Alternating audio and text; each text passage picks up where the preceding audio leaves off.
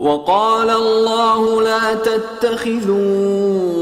إلهين اثنين إنما هو إله واحد فإياي فارهبون وله ما في السماوات والأرض وله الدين واصبا أفغير الله تتقون وما بكم من نعمة فمن الله ثم إذا مسكم الضر فإليه تجأرون ثم إذا كشف الضر عنكم إذا فريق منكم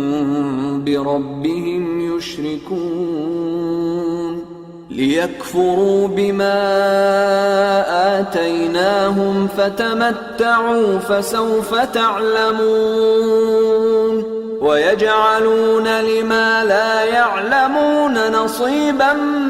مما رزقناهم تالله لتسألن عما كنتم تفترون ويجعلون لله البنات سبحانه ولهم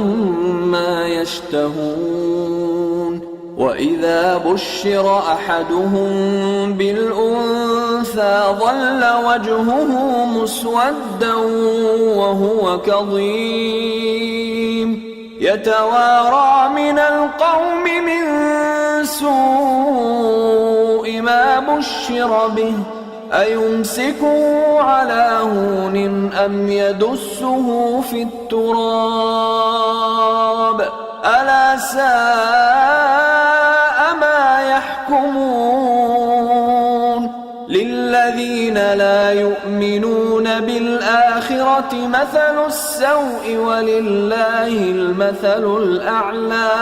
وهو العزيز الحكيم۔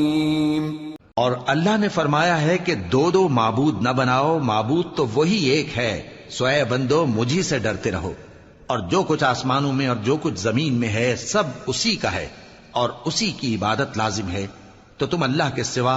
اوروں سے کیوں ڈرتے ہو؟ اور جو نعمتیں تم کو میسر ہیں سب اللہ کی طرف سے ہیں، پھر جب تم کو کوئی تکلیف پہنچتی ہے تو اسی کے آگے فریاد کرتے ہو، پھر جب وہ تم سے تکلیف کو دور کر دیتا ہے تو کچھ لوگ تم میں سے اللہ کے ساتھ شریک کرنے لگتے ہیں تاکہ جو نعمتیں ہم نے ان کو عطا فرمائی ہیں ان کی ناشکری کریں۔ تو مشرکو دنیا میں فائدے اٹھا لو، پھر ان قریب تم کو اس کا انجام معلوم ہو جائے گا، اور ہمارے دیے ہوئے مال میں سے ایسی چیزوں کا حصہ مقرر کرتے ہیں جن کو جانتے ہی نہیں۔ کافرو اللہ کی قسم کہ جو تم جھوٹ باندھا کرتے ہو اس کی تم سے ضرور پرسش ہوگی۔ اور یہ لوگ اللہ کے لیے تو بیٹیاں تجویز کرتے ہیں، وہ پاک ہے،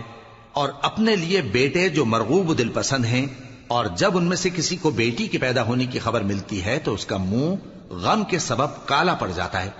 اور وہ اندر ہی اندر گھٹنے لگتا ہے، اور اس خبر بد کے سبب جو وہ سنتا ہے لوگوں سے چھپتا پھرتا ہے،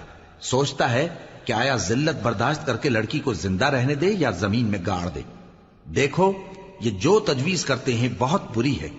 جو لوگ آخرت پر ایمان نہیں رکھتے انہی کے لیے بری مثال ہے، اور اللہ کو صفت اعلیٰ زیب دیتی ہے اور وہ غالب ہے، حکمت والا ہے۔